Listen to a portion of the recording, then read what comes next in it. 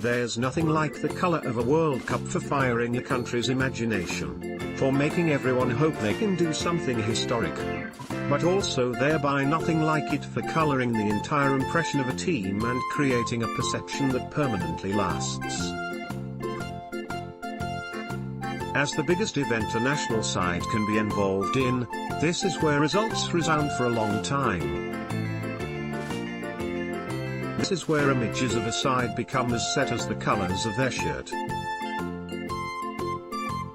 This is where Brazil football became beautiful winners, where Germany became resolute winners, and where the Netherlands became so entertainingly frustrating. The Dutch haven't made it this time for some fairly deep reasons, with their role almost directly taken by neighbours Belgium. But those reasons also reflect something very relevant now that we're going to hear so many of the old perceptions of sides again over the next few weeks. The kits for the 2018 World Cup have started to be released. But which one is your favorite? They say, a clean design in red and white, inspired by the 1988 USSR jersey. Our verdict: literally cannot muster up the enthusiasm to write any more words about this snorfist. They say, a smart strip in white and blue with subtle geometric pattern. Our verdict: now that's more like it. Big mistake not making this the home kit in our ever so humble opinion. Both home and away kits yet to be released will be supplied by Nike. Will probably feature a bit of green. They say, a sleek and modern kit with sublimated check pattern on the front and white Adidas strips down the sides. Our verdict: decent. Would make a nice Manchester United kit. They say, a clean design in silver lake blue, with an engineered jacquard graphic in the middle of the jersey. Our verdict: what's Spanish for horrific V-neck? They say, the red base from Portugal's Euro 2016 triumph is retained, with Nike introducing gold metallic trim and a green collar. Our verdict: yup, it's a template. But that doesn't stop it from looking smart. They say, an all-white design inspired by the country's naval history. Our verdict: cleaner than Kim Woodburn's kitchen. Lovely stuff. They say, made by Adidas and inspired by the classic 1994 home strip. Our verdict: get it on my torso now. They say, another 1980s inspired kit. Halo blue with bright orange trim. Our verdict: it's okay. Not a patch on that smashing home effort, mind. Both kits, to be produced by Adidas, are yet to be released. Same again, to be produced by Adidas but yet to be released. Hurry up lads. They say, a traditional look with blue jersey, white shorts and red socks. Our verdict: another template. Another sexy kit. Damn you, Nike. They say, white shirt, blue sleeves and white socks, with a distinct graphic print. Our verdict: why couldn't Nike have given this to England? As smooth as Zinedine Zidane's shiny bald head. Move along. Nothing to see here. Nike's Aussie kits are yet to be released. They say, the last ever Umbro kit for the country. Marathon Sports take over next year. Our verdict: you don't get more traditional than this. A proper football kit for proper football men. You can shove your XG up your A, etc. Yet to be released. But they're to be manufactured by Hummel. so they're bound to be good. They say, a classic effort that draws inspiration from the 1993 Copa America strip, coincidentally the last time Argentina won a major title. A verdict, a stylish strip befitting of little Leo Messi. Top drawer.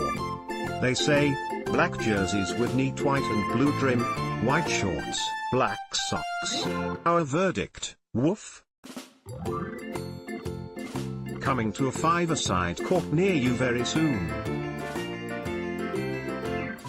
They say, an area-produced kit which incorporates the traditional home colors of blue, red and white. Our verdict, nice, if a little bit bargain basement. They say, the reverse of the home shirt. Our verdict, yes, we can confirm that this is the exact reverse of the home shirt. They say, Nike offer a new interpretation of the team's iconic checker design, with much larger checks than usual. Our verdict, will look great on Luka Modric if he can keep himself out of prison long enough to wear it. They say, the same template as the home shirt, but with a black and dark blue color scheme. Our verdict, very, very nice. A slightly gothic interpretation of the home shirt we all know and love. The football kit equivalent of late-night Hollyoaks. They say, an eclectic combination of bright green, white and black in an especially bold design. Our verdict, outstanding, sensational, sublime. The nicest kit at this year's World Cup and destined to be worn at Boiler Room sessions from now until 2046. They say, a clean design in dark green with subtle zigzag print. Our verdict, oh dear, clearly Nike used all their budget on the home shirt. About as exciting as a Songs of Praise marathon. They say, a traditional effort with subtle zigzag pattern. Our verdict, why change a winning formula? Bright, bold and very much Brazil. They say, based on the same design as the home shirt. Royal blue with a unique star pattern covering the front. Our verdict, yeah, fine, okay. The bad news, the kits haven't been released yet. The good news, they're being made by New Balance, so we'll be paying. They say, white with red trim, with the nation's flag running down the center. Our verdict, very difficult to criticize.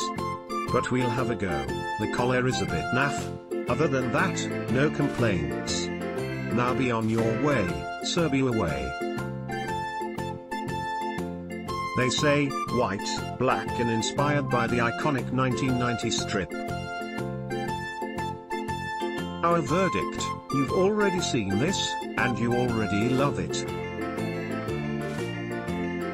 If only it featured the colors of the German flag, though. They say, the first green German jersey since Euro 2012, inspired by the 1994 away effort. Our verdict, it's Adidas. It's green. It's great. Let me weigh you, Germany away. They say, manufactured by Adidas, featuring the country's traditional green color with white applications. Our verdict, yum. They say, draws inspiration from Mexico's kits of the 1950s. White with a green, white and red chest stripe. Our verdict, looks a bit like something Roger Federer would wear to win the Australian Open. And we're very much okay with that. They say, the traditional yellow and blue, with a subtle jacquard pattern on the front. Our verdict: nothing to write home about, to be honest. Unless you're writing the solitary word boring, that is. They say, Adidas claimed the away kit features a sleek design in blue and yellow. Our verdict: that subtle pattern is very nice. One of the better plain Jane kits to be worn in Russia. They say, a classic red design with dark blue shorts and red socks. Our verdict: boring. Plain. Routine. Run-of-the-mill. Humdrum, dreary, banal, unoriginal, spiritless, insipid, etc. They say, predominantly white, with a bold blue and red graphic print subtly inspired by a tiger pattern and the Teguk symbol. Our verdict: much better, although it does look a bit like a crayon-wielding toddler has been let loose on the New England shirt. Which nevertheless remains a huge improvement. They say, a bold design that takes inspiration from the iconic 1984 top. Our verdict: cracking. Atones for those atrocious Purdue efforts they've been palmed off with at the last few tournaments. They say, yellow and black with a slight all-over graphic print. Our verdict: yet another sublime Adidas away kit.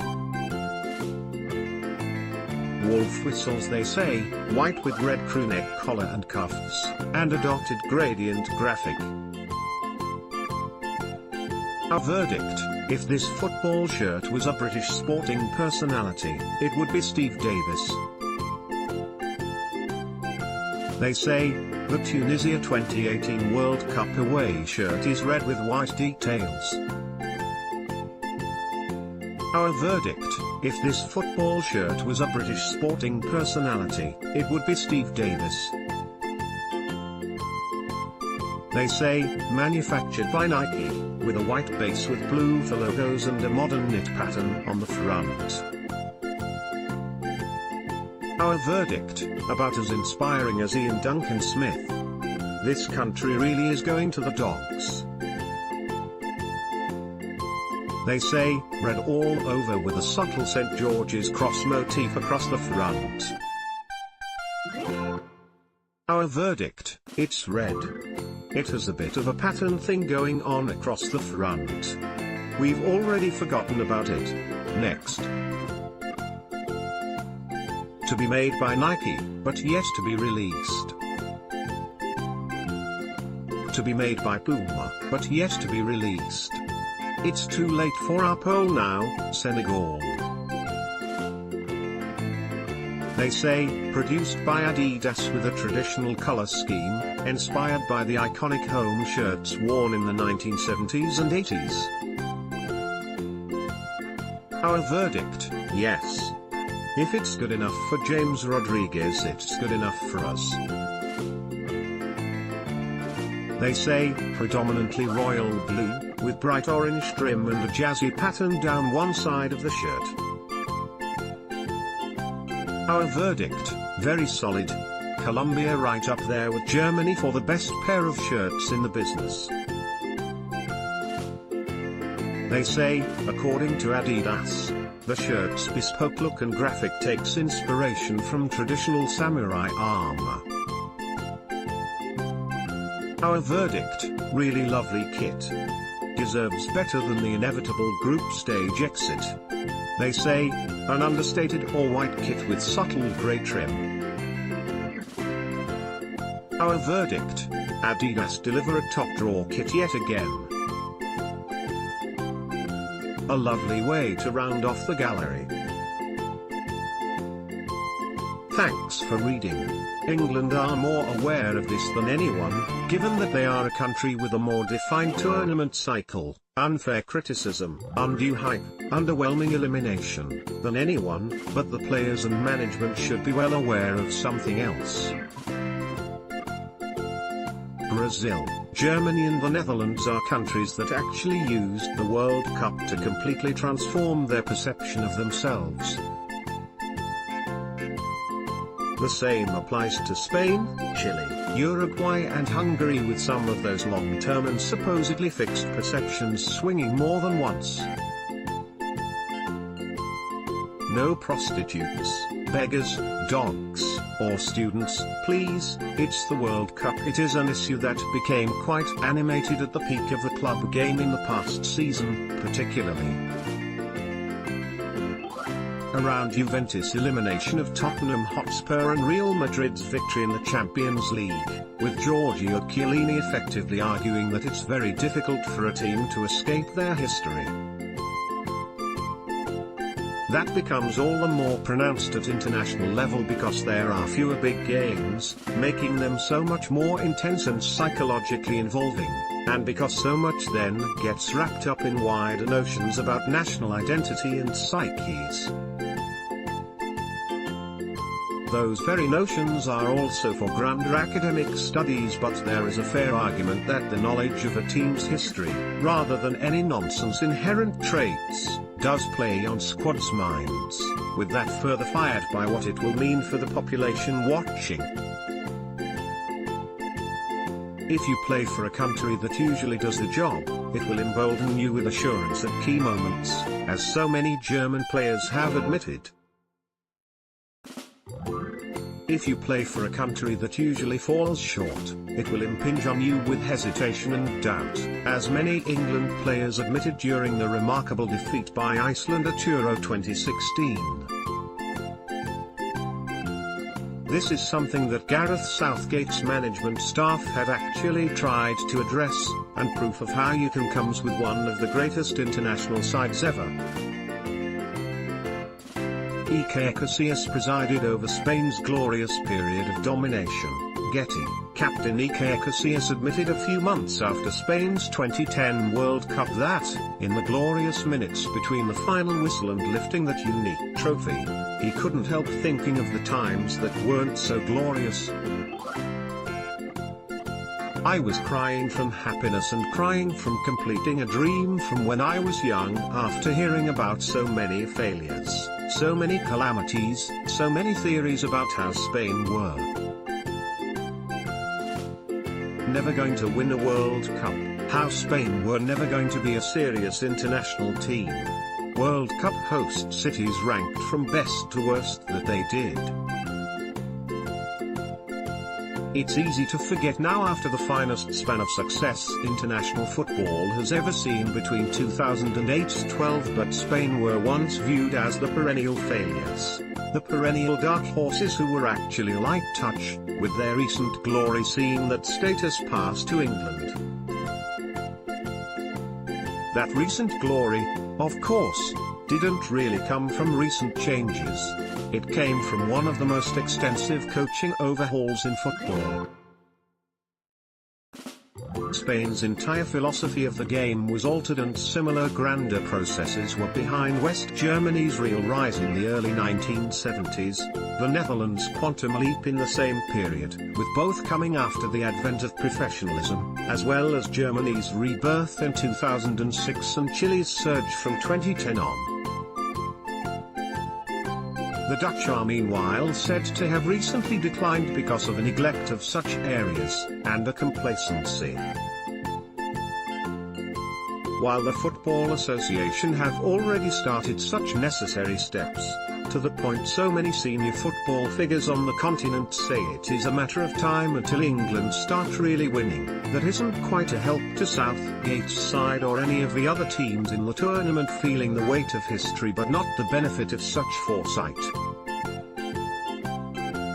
Gareth Southgate's side are already showing signs of progression. Getty, but need not matter, as one of the most famous sides proved. Good short-term planning and astute management, admittedly combined with the necessary talent, can overcome an awful lot. Take Brazil 1958. The very name conjures images of an all-conquering side, But that was only the case after the 15th of June 1958, a landmark day in Brazilian history and football history. Before then, Brazil had been the Netherlands, or England, or Old Spain of their day, but multiplied by so much, having also suffered one of the game's most traumatic defeats at the Maracanazo. That was the match that saw their first World Cup snatched away from them on their home ground, in a 2-1 defeat by Uruguay, that led to an infamous and intense period of national mourning. It also led to Brazil becoming known as infamous losers, to the point they even changed the color of their kit due to the stain of the day. It was a stain that hadn't quite gone away by the third group game of the 1958 World Cup, as they had to beat a fearsome USSR to ensure progress to the quarter-finals. Brazil's neurosis was such that they had employed a psychologist to assess the mental readiness of the players, only he had advised leaving out a very young Pelé and hugely frustrating and self-indulgent Garrincha, among 9 players supposedly unsuited to such a high-pressure match. Manager Vicente Feola went with his instinct, however, and his innate tactical wisdom. He went with a new 4-2-4, and Pelé and Garrincha within it. There was more to it than that, though. Conscious of the physical power of the USSR, Feola felt they should seek to intimidate them in a different way early on. Remember, the first pass goes to Garrincha. A psychologist encouraged Vicente Feola to drop Pelé in the 1958 World Cup. Getty, he had destroyed the Soviet defense and smashed a post within 1 minute. Pelé hit the bar within 2 and Vava hit the net within 3. Brazil won 2-0, and went on to win the World Cup. The entire mindset of the side had changed in between, and the entire perception of the team thereafter. Founder of the European Cup Gabriel Hanna described those 3 minutes as the greatest ever played in the game. They also represent a great lesson. Follow the Independent Sport on Instagram here, for all of the best images, videos and stories from around the sporting world.